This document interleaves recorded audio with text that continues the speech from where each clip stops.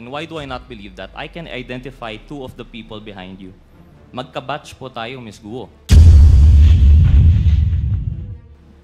I know what year this was taken.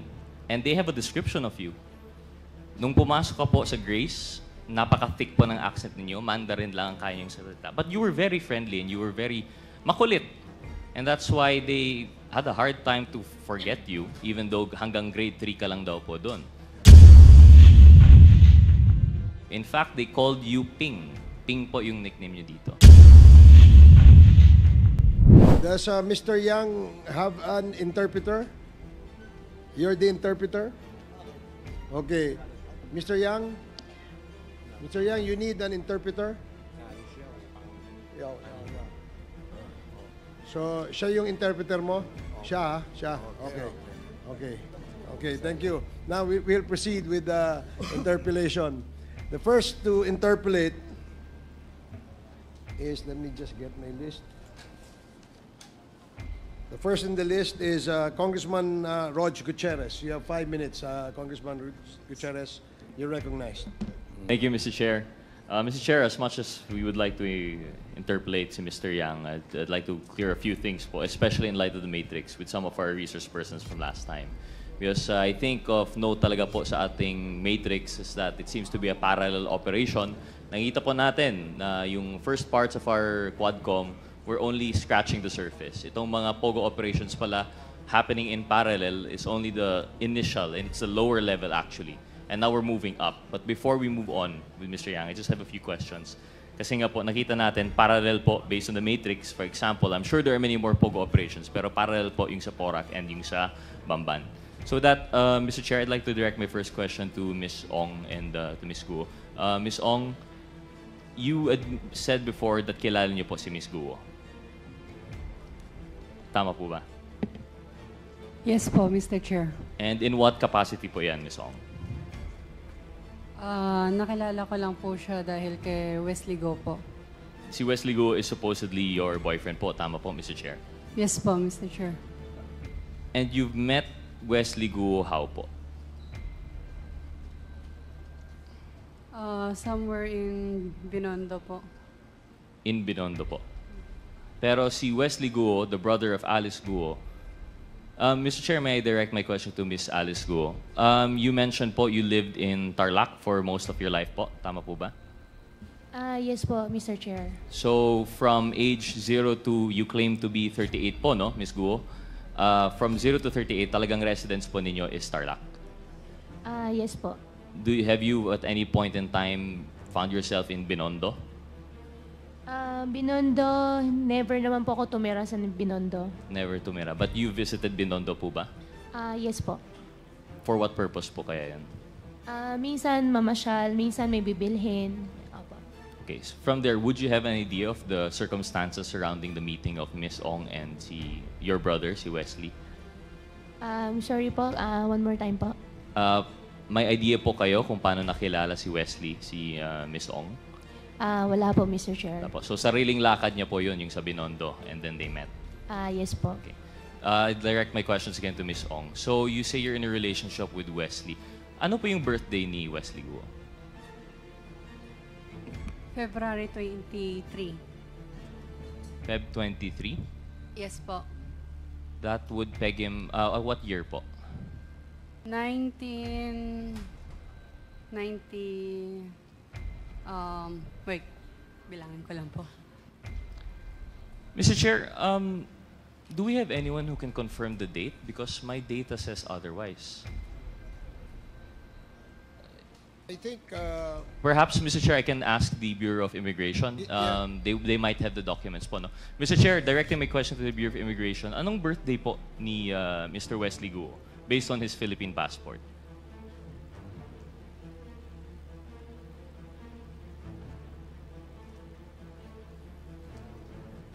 Mr. Chair, good evening. Unfortunately, we don't have it, but I undertake to give it before the end of the session, sir. Okay. Please, can we confirm? Because as far as I understand, I've seen the picture of the passport and it said February 1. And it would be very curious po na Miss Ong wouldn't know the birthday of her boyfriend for 4 years na po. Tama po. But we'll confirm it later po naman, no? We don't have the data. Would you know po kung anong schools pinuntahan ni Wesley Guo? Boyfriend mo po of 4 years, hindi mo po alam kung anong schools pinuntahan niya? Hindi po, Mr. Chair. Isn't that curious? Di ka man lang na-curious kung saan po siya pumunta for schooling? Hindi po. So ano yung mga... What aspects of his life do you know about? Alam mo po ba kung ano yung hobbies niya? Maglaro po. Maglaro. Yung hobby ng gumdam. Ng gam-gam.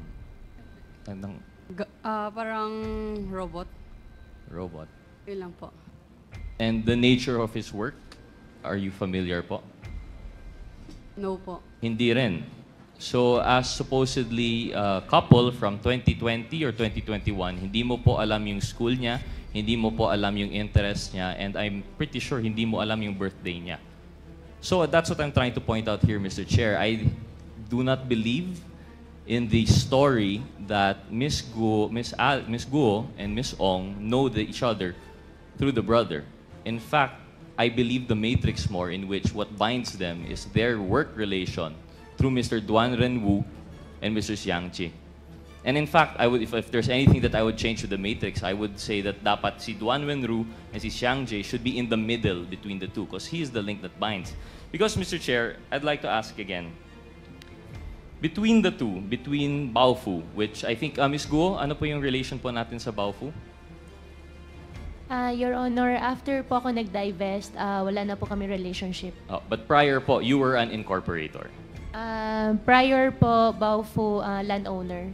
Okay, landowner po talaga. So, Baofu, may link po tayo kay Ms. Guo. Kay Ms. Ong naman, admittedly, incorporator ng LS99 through Mr. Duan Renwu. So we see, ito na po yung sinasabi ng Matrix na parallel operation. We have here two owners of yung supposedly yung land-owning corporation, which will eventually lend to the POGO, of which they are still actually a part of.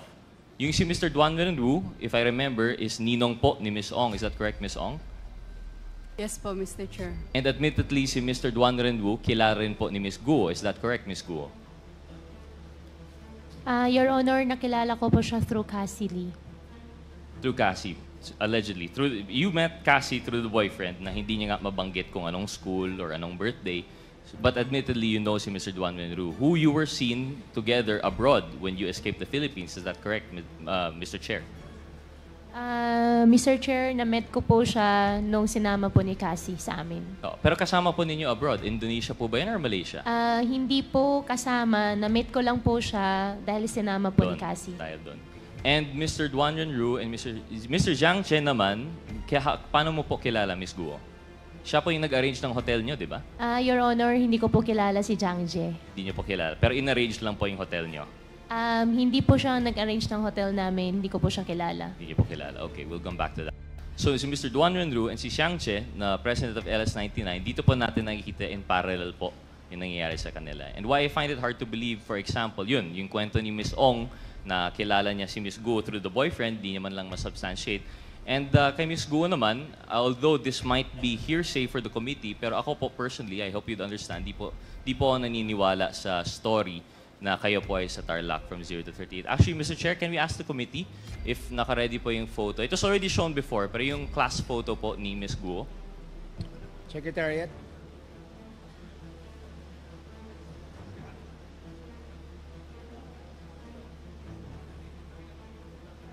Miss Guo, while waiting for that po, you say you were born in 1986. Tama po ba? Yes po, Your Honor. That puts you at, how old are you now po? 38. 38. And at the time, naalala niyo po yung picture po no, na na-present last time. But you claim na di niyo po yun... You picture, invoked Your your Honor? right. Yung picture, class picture niyo po. I invoke my right. You Opo. invoked your right. Pwede mo naman sabihin na hindi ikaw yun, di ba? Your Honor, I hope you understand, sa sobrang dami na pong kaso na nasampahan po ngayon sa court, kaya anything po na isasagot ko po dito sa inyo might use against me po. Opo. Well, I think that's why I have a tendency not to believe you po. Kasi kung talagang hindi ikaw yan, I think you would have said that's not you. But instead, you invoked your right to self-incrimination. And why do I not believe that? I can identify two of the people behind you. Magka-batch po tayo, Ms. Guo. I know what year this was taken. And they have a description of you. Nung pumasok ka po sa Grace, napaka-thick po ng accent ninyo, Mandarin lang ang kaya niyong salita. But you were very friendly and you were very makulit. And that's why they had a hard time to forget you, even though hanggang grade 3 ka lang daw po doon. Now I know, like I said, that's hearsay as far as the committee is concerned kasi hindi naman nandito yung may personal knowledge doon. But when I was talking to that person with personal knowledge, na-convinced naman po ako and they've identified you. In fact, if you were 38 and this picture was 2001, you would have been 13, 14 po ba? Eh, kasing age mo naman yung mga 19, these people were born 91, 92. Ka-size mo naman po, I don't think you're that much older than them. And that's why I really don't buy that story that you were born in 1986. And I don't buy the story that this is not you. In fact, they called you Ping. Ping po yung nickname nyo dito. But anyway, that's just to prove the point po, no? But what does that say about the testimony here before us? Thank you, Comsec, for the picture. We have a Latin maxim po, no? Falsis in uno, falsis in omnibus. When you're false in one thing, it's false in everything. So this puts into light every statement that you have made. Of course, aside from the statements made regarding the right against self-incrimination. But if we're talking po about everything she said, that she was in Tarlac for 30 years, that all of her life, or the fact po that she was not the person in the Bamban resolution, this is going to be your testimony versus documentary evidence. Yung Bamban resolution number 185 series of 2020, citing you as the applicant for Hongsheng Gaming, ano po yung sagot mo doon? You said you have no recollection at all kung paano nasama yung pangalan po ninyo. Tama po ba yan, Mr. Chair? Mr. Chair, all related Hongsheng, Baofu, I invoke my right against self-incrimination po. Okay. And just proves it even more. If you can't relate to us how you're related to the resto, then I guess the document stands po na may kinalaman po kayo sa Hongsheng. Another thing po, you claim na walang Filipinos involved sa escape. How do we know that we can take that for granted? Kasi, yun nga, as far as we're concerned, false in one, false in all. And then, of course, the allegations that 3.2 billion was transferred to Hongsheng through the partners mentioned earlier. And it's parallel also because I remember, if I'm not mistaken, Chair Dan Fernandez mentioned there was also a similar transfer going on between Mr. Duan Renwu and Ms. Cassandra Ong. So, we see nga po na talagang I think may basis yung matrix, talagang parallel yung operations. And I think that's as much as we can get from them. Baofu and Hongsheng versus Lucky South 99 and Whirlwind are two sides of the same coin. They're parallel operations held by a consistent cast of characters. And now that the Quadcom is digging deeper, we're now moving up the ladder. Unfortunately, I don't think we'll be able to get anything more from Ms. Ong and Ms. Guo, given that they have cases and they have repeatedly cited their right. They've repeatedly invoked the right against self-incrimination. So I think we have no choice but to move on with the matrix. So with that, Mr. Chair, I'd be asking my questions to Mr. Yang. Yeah, but before that, Your Honor, let me ask the lawyer of Ms. Alice Go. Your participation here is to advise your client only of her legal rights. And please, advise her also what questions she needs to answer. If the question being asked, being propounded by a member is not related to the case that she is facing, then you have to compel her to answer. And that goes the same with other counsels present. Okay, para lang ho maliwanag, that's our ground rules. Alam naman po ninyo, kayong mga lawyers, alam nyo naman po kung ano yung makakaapekto sa kaso nila. Kaya wag nyo silang pabayaang magtago sa likod ng right against self-incrimination. And we just want to make that clear. Please continue, Congressman Gutierrez. Thank you, Mr. Chair. Mr. Chair, before I move on, I'd like to go back. I still have 2 more photos with the ComSec on the issues of Ms. Ong and Ms. Guo. Committee Secretariat, may we ask for the pictures of Lucky South 99 and yung Hongsheng to be displayed? May I ask, Mr. Chair, the PAOCC, si Dr. Casio, Mr. Chair, generally ang POGO, kailangan po ba compound talaga? If I understand correctly, meron po tayong mga POGO operations within Metro Manila. Is that correct? Yes. Mr. Chair, Honorable Gutierrez, in the past, PAGCOR allowed what was dubbed as hubs. By hubs, meaning to say different locators, different POGO operators can exist within one hub. But if I do recall, the only hubs that were ever licensed by PAGCOR were the one in Clark, Sun Valley, which was raided by the ACG and PAOK on May of last year. The second one was, if I am not mistaken, the one in Bamban, no? Baohu. And the last one is the last remaining hub that's winding down, yung sa, ano po, yung dito po sa Island Cove, Cavite. So generally, Mr. Chair, ang POGO, it doesn't necessarily have to be a hub. They can operate parang BPO lang po siya. Sometimes they rent a floor lang po. Tama po ba Yes, yun? sir. They can rent as small a space as 300 square meters. Thank you, Mr. Chair, for clarifying. So para lang alam ng ating mga kababayan, kasi nabanggit po ng PAGCOR, meron pong 240 plus na nabanggit ng mga POGO. Baka iniisip po nila lahat yun POGO hub. But it seems to be only the big operators are the POGO hubs. It's, for example, yung sa Baofu and sa Lucky South 99. Kaya nga po parang parallel because amongst all the POGOs, sila lang po yung ganito. Sila lang po yung may hub. And it seems to indicate na they have the same modus operandi and they have the same intention to include mga love scam, mga cryptocurrency scamming, and other related crimes. Kasi di naman po yan manggagawa sa 300 square meter na office building po, no? So I think this is just another point of parallelism between the two. And then one more thing, Mr. Chair, Committee Secretariat, yung next picture po, please. Yung mansion. Ms. Ong, Mr. Chair, is this image familiar to you po? Yes po, Mr. Chair. Can you explain to us ano po yung nakikita natin sa picture? Nakita mo naman po, is that your house? Yes po, Mr. Chair. Ito yung mansion po ninyo sa Porac? Opo. Mr. Chair, can we, for everyone to see, can we have the picture again?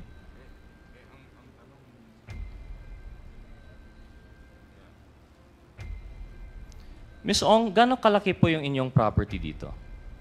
Tama po ba? That's like a little massage house in the middle of the lake behind the bigger mansion proper. Tama po ba, Ms. Ong? Lahat po yan, bahay po. Wala pong massage.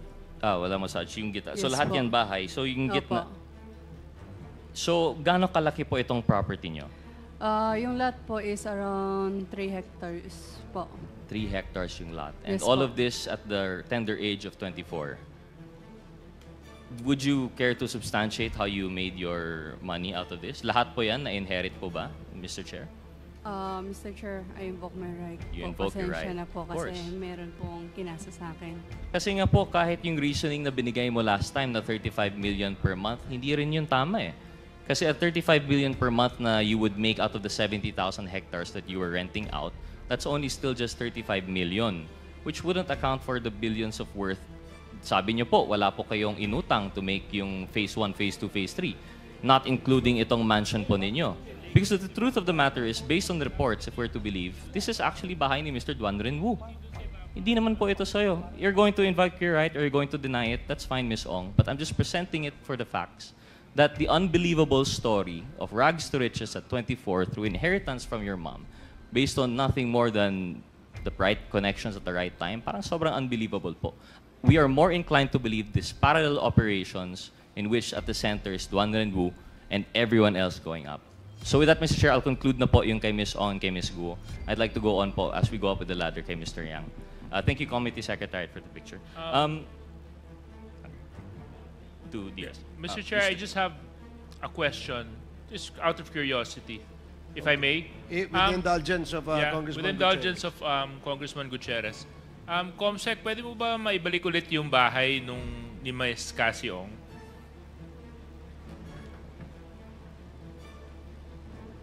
Ms. Cassie, pwede niyo po bang sabihin niyo kung tama po yung pagkaunawa ko dito sa litrato?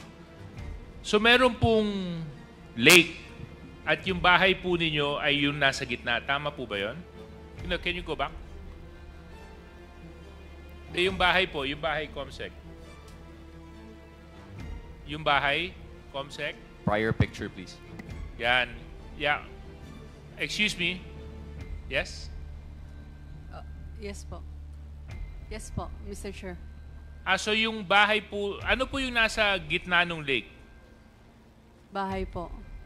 Tapos ito pong nandito sa may bandang baba. Bahay din po, Mr. Chair. Oh, so you have a house within a house? Tapos yung nandun po sa ibabaw niya na parang kulay puti na I don't know how you describe it. Parang ano ba yan? Is that also a body of water? Garden po yan, Mr. Chair. Garden. Okay. Yeah, itong lake po ito is man-made or natural? Can I consult my lawyer po? No, I mean, no, it's actually whether it's Man Lake po, Mr. Chair. huh? Man Lake po. Man-made. Man-made. Gaano kalalim po yung lake? Hindi ko po sure, Mr. Chair. Thank you very much. I'm just trying to figure out kasi yung figures na binanggit ni Cong Rodge. At medyo kinakwenta ko po kung magkano aabutin to kasi kung man-made po yan, Chairman, at saka kung gaano kalalim at yung lawak, tapos nice to live there. Thank you very much, Mr. Chair. Okay, please proceed. Thank you, Mr. Chair, and I agree with the good Deputy Speaker. Kaya nga po yung punto na natin doon, yung 35 million nga, kulang na po yun for Phase 1, 2, and 3 of Whirlwind. Paano pa kaya yung 3-hectare lot with mansion na pinakita po natin? But anyway, the bright side to this, with the efforts of the Quadcom, I believe the proper cases have been filed against the parties, so we can leave po yung parallel operations on the ground. Doon na lang po yun. We leave it to our good partners in service executive branch. But yeah, moving on, Mr. Chair, I'd like to ask now si Mr. Tony Yang. So, Mr. Yang, magandang gabi po. Mr. Yang, kayo po ay nakakapagsalita ng Tagalog, English? Kunti. Konti. Kunti, marunong. Konti marunong. Pero conversational, halimbawa pag may mga events po kayo, nakakapag, you can have a conversation, pwede po kayong makipag-usap sa mga tao. Pag may dinner, mga ganon. I think it's better you using English. Yeah, it's better. Better using Yeah. English. Okay.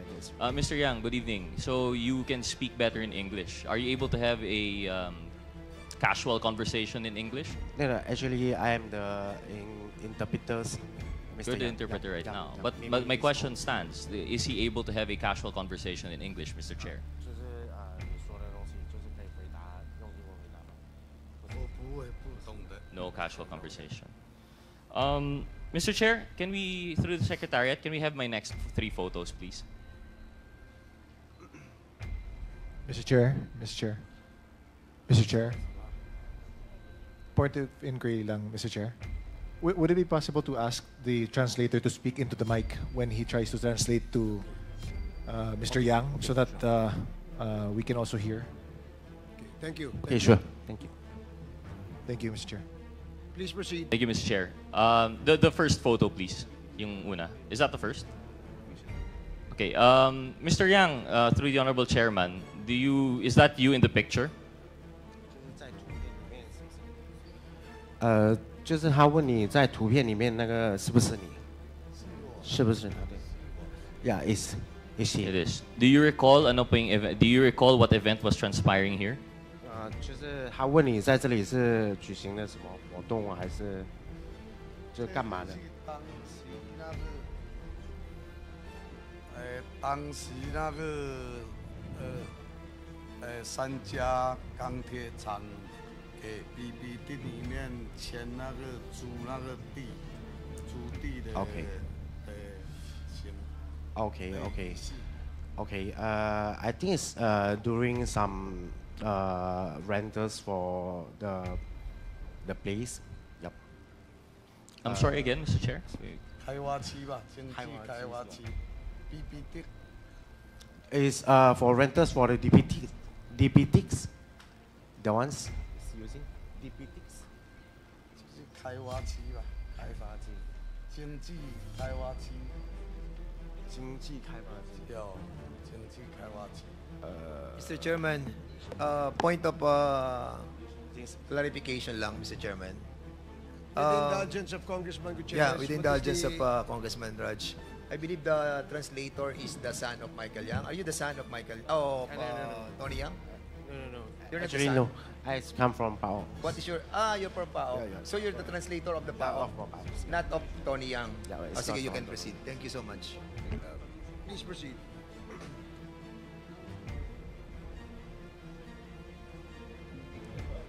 Thank you, Mr. Chair. Thank you, Chair Dan. Can we proceed?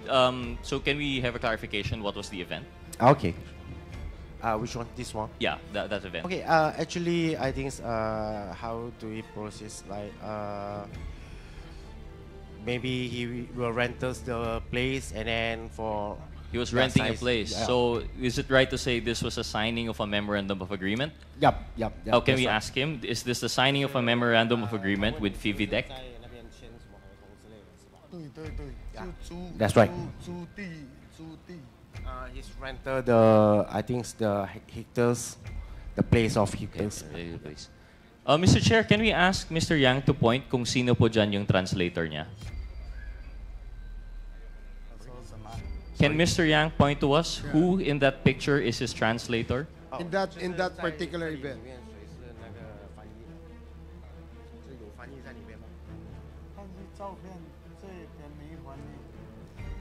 Don't have any translator inside.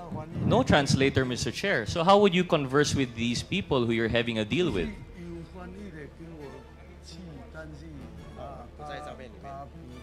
I think he have a translator, but the translator is not in the pictures. Not in the picture. Okay. Mr. Chair, can we have the next photo, please?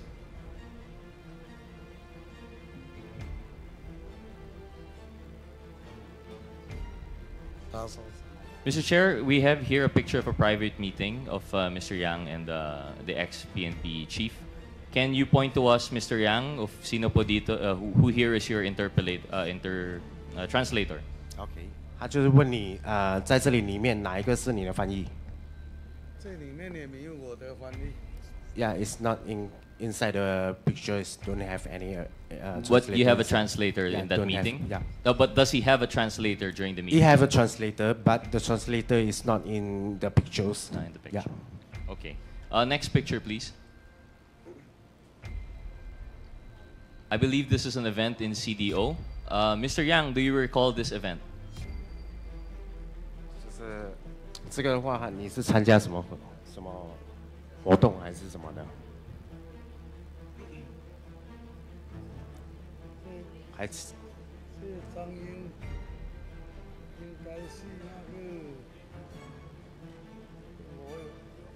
我也忘记了，应该是在甲街参加一个那个活动，我们那个会，我们商会里面我一起去。 But I think it's already long time ago, and then he's not remember well, and then yeah, it's okay. Thank you. Mr. Chair, to refresh yourself, this is, I don't know how you could forget this. This is a dinner with the president in CDO. Can you point, Mr. Yang, who is your translator in this photo? Okay, 就是他想让你指一下哪一个是你的翻译。 Mr. Chair, this is not a post photo. There was no opportunity siguro for the translator to be told to step aside. You could be seen you're having dinner. This is very conversational. Surely your translator must be here, Mr. Yang. I didn't see the translator. No too. translator.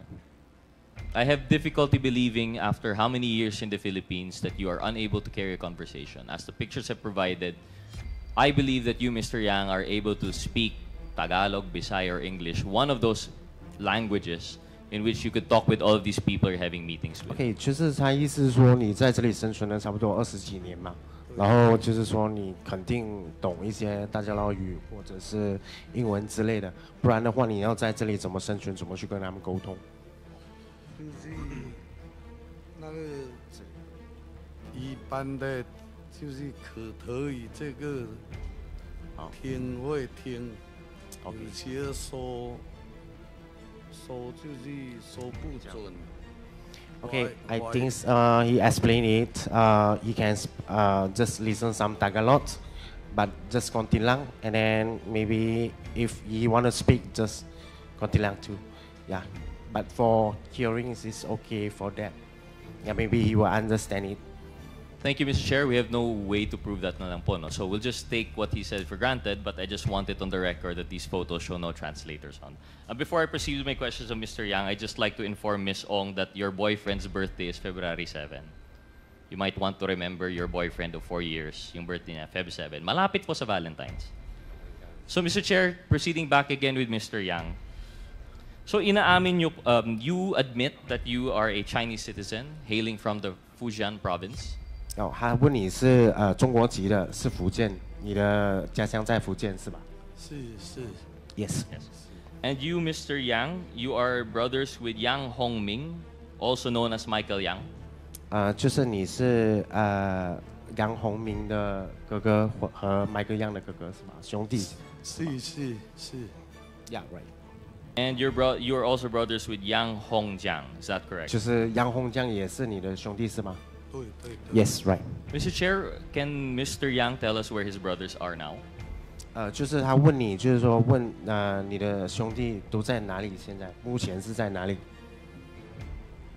我上就是听他们说，杨红英说是在泰国，他有一天就是我跟杨红明都没有联系，有一天他有打电话过来问我这边怎么问我，就是打电话过来吧。我问他在哪里，他说他在泰国。在泰国是吧？哦，在泰国，好像是在泰国。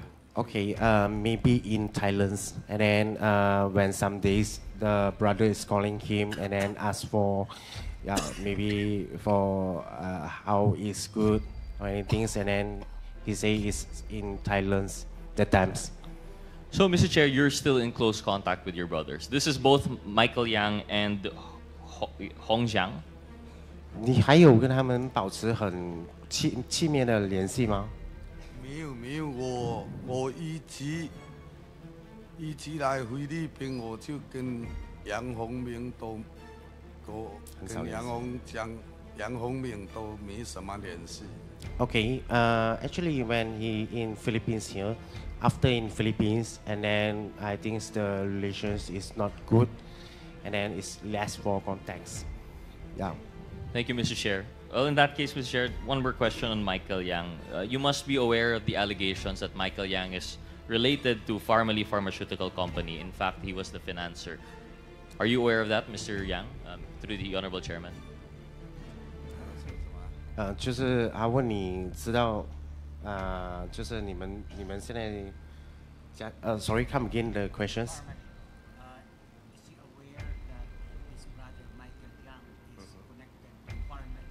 Oh, it's connected. Okay. 就是他问你现在麦克样还有继续跟你们家人保持联系，还是怎么样的？这个我就不知道了，因为我很少跟他我们我来菲律宾嘛，我跟他关系都不太好，都一直没什么联系。Oh, I think it's less for contacts and then don't have any idea for that. No idea about Pharmaly, the big scandal a few years back. Yeah, maybe not good for relationship. That's why don't have any idea for that. I'm sorry, Mr. Chair, can we ask Mr. Yang, the relationship soured after he left the Philippines. What year would that be? 就是他问你什么时候 in Philippines? What year them? Oh, okay, in which year? 就是他问你就是在什么时候开始对就是跟你的兄弟的关系没那么好，就什么时候开始的？应该在2003、03或04年。I think it's around in the 2003 or 2004 the times. Mr. Chair, sorry, to clarify, my question was when did his brother leave the Philippines and when was that the relationship soured? Because if I understand the testimony earlier, ang sabi niya po, what he said was that his relationship soured when the brother left the Philippines. Okay, no, okay. Sorry, so maybe you can ask Mr. Yang, when did Michael Yang leave the Philippines? Oh, when the Michael Yang is in. 就是他问你 Michael Yang 是什么时候过来菲律宾的？他比我早过来，但是我也不知道他什么时候过来。比我早有4、5年还是。Okay, I think it's before then the brothers is in Philippines, but it's not remember well when Michael Yang is arriving in Philippines here. Sorry, the question wasn't arrive, but maybe it's very difficult na. Just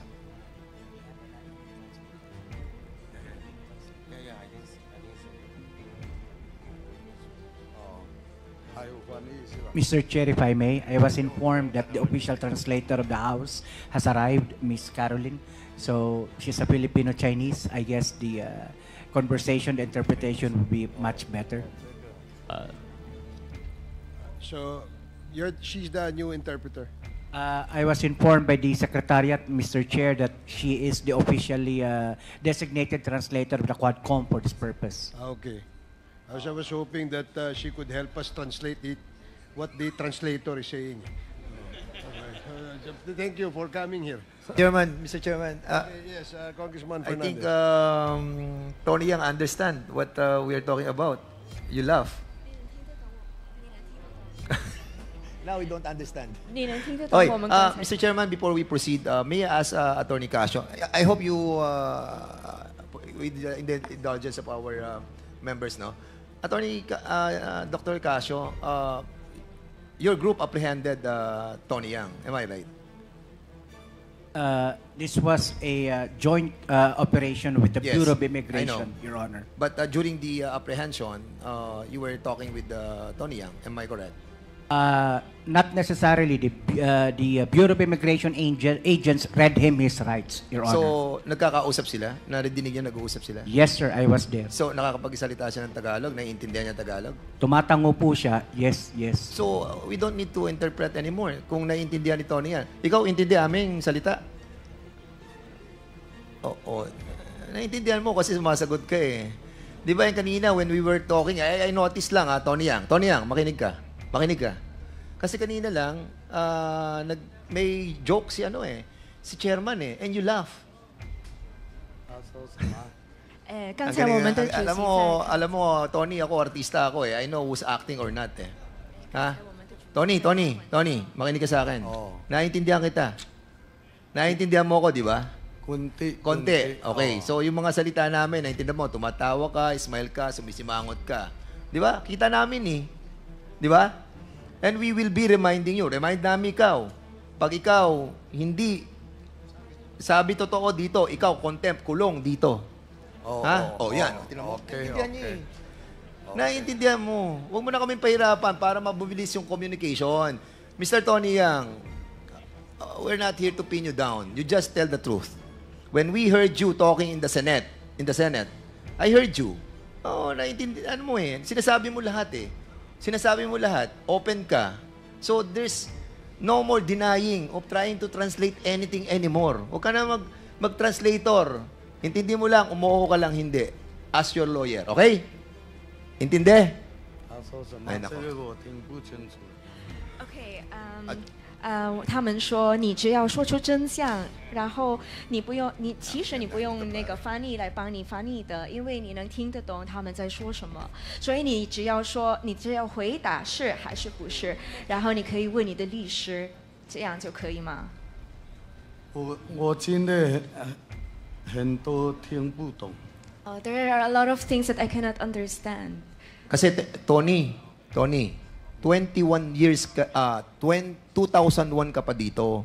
24 years ka nang nakatira dito.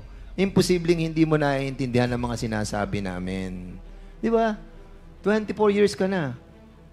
Gusto mo sabihin ko kung ano yung flight number nung aeroplano na sinakyan mo dito together with your brother, Ho Jing Yang. Sabay kayo, di ba? Nakasakay sa aeroplano, dumating dito sa Pilipinas. Tama, mali?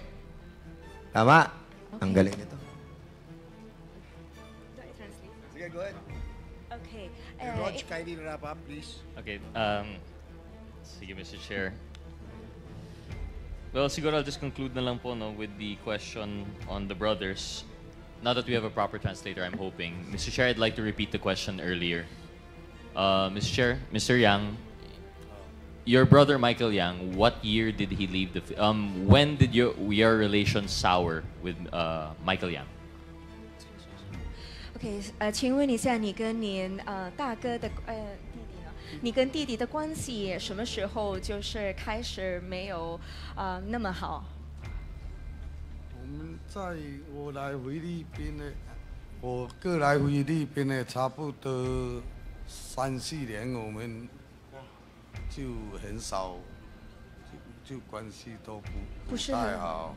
Okay, so I have come here to the Philippines for around 30 years, and from that time, our relationship is not that good already. 30 years, but you have businesses with your brothers Michael and Hong Chang. Is that correct, Mr. Yang, Mr. Chair? 但是您跟你的兄弟有开业，这是对吗？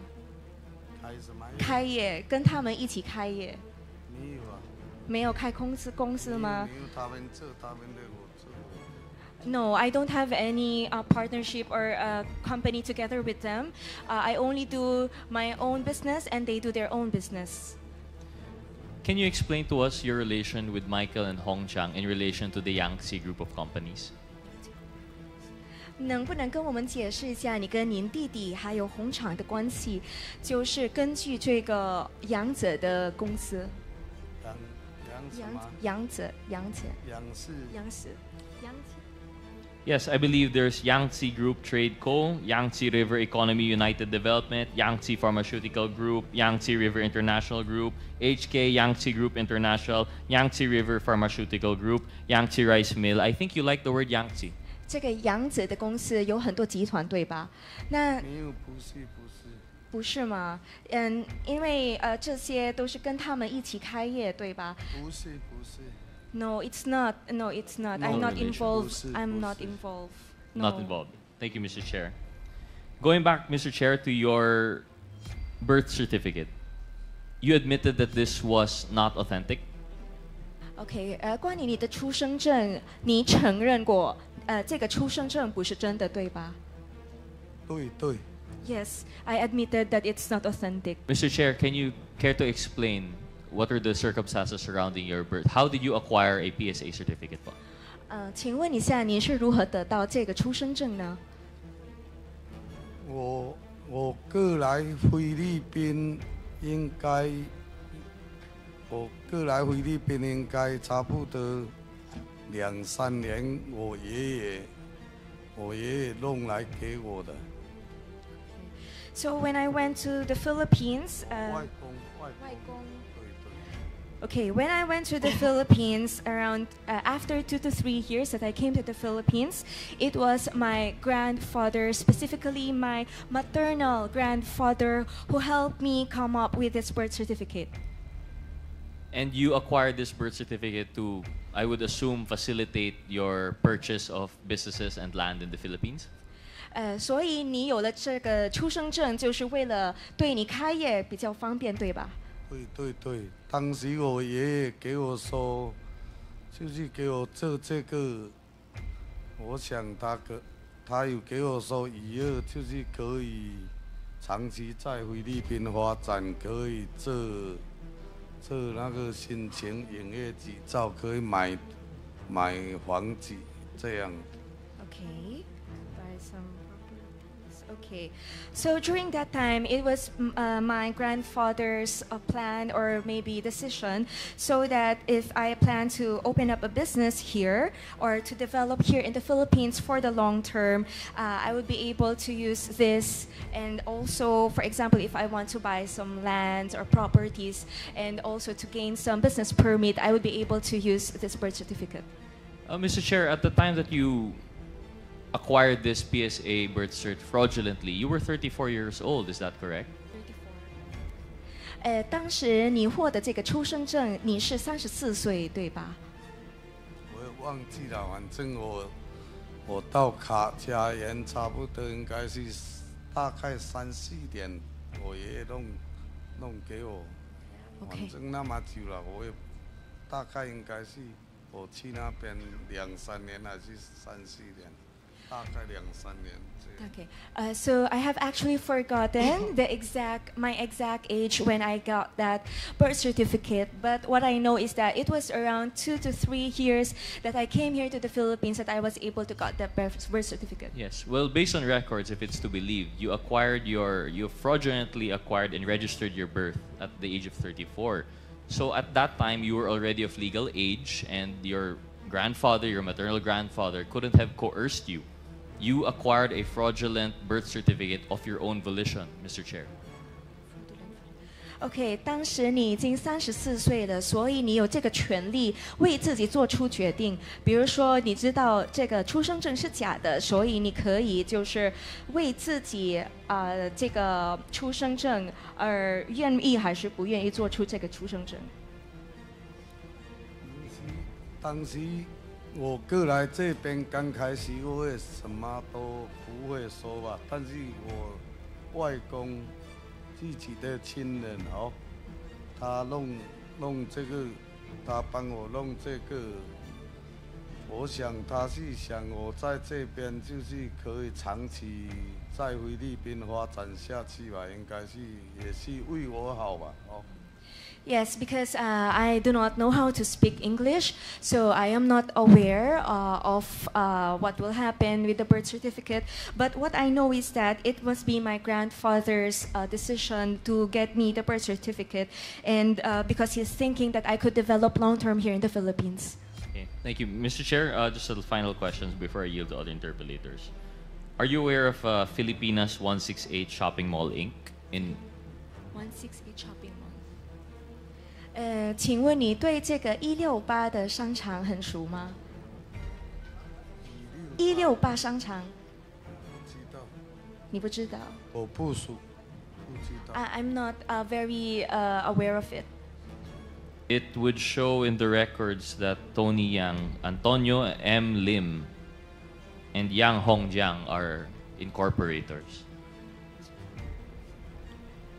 在我们的这些记录里面说出 Antonio M. Lim 还有这个杨洪江，他们都是业主，或是他们都是这些的领导总经理。